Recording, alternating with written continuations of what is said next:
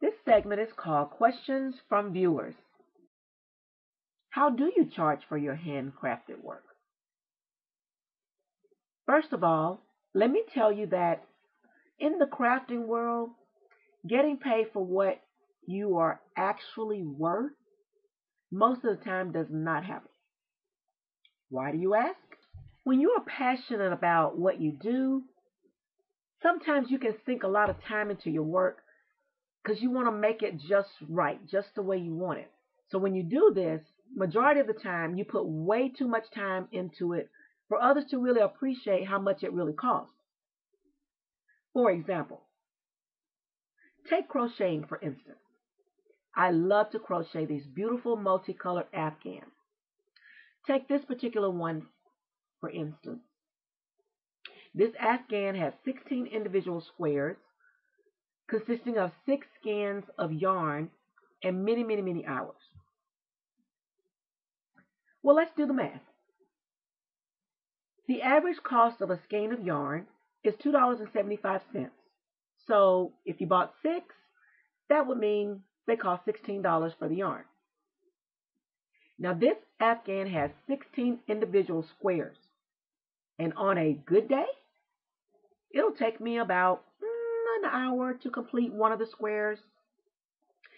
And I must mention that these are large squares and they consist of 8 rows in each of the basic square.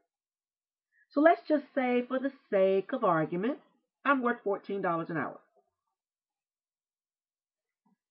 If you multiply the $14 an hour times the number of squares, which is 16, you come up to $224. Now, that's just to assemble the squares.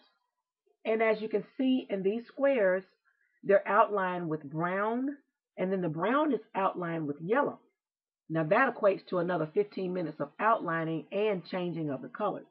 So another 15 minutes at $14 an hour is $3.50 per 15 minutes times 16 squares, which is $56.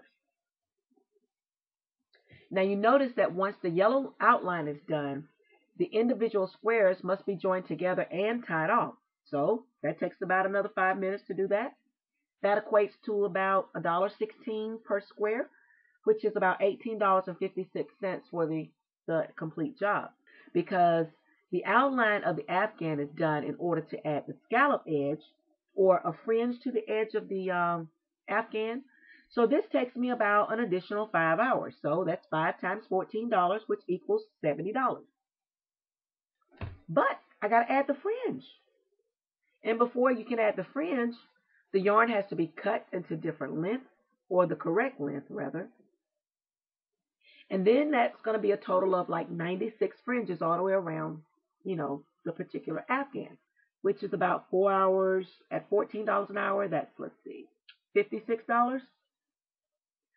So now you've added all the fringe, and the fringe has to be cut into a uniform trim. So that takes about 15 minutes to do the entire afghan. So that's another $3.50. So how much do you actually have in the labor and supplies of this afghan? Well, here's a breakdown of how much it cost me to make one of those afghans. Total cost, ding, ding, ding, ding, ding, ding, $444.56 worth of labor and material. Now, have you ever known an afghan to go for $444?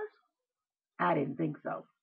So, when it comes to pricing your work, you have to come up with a price that you feel like you can get for the materials that you put in and the time you put in.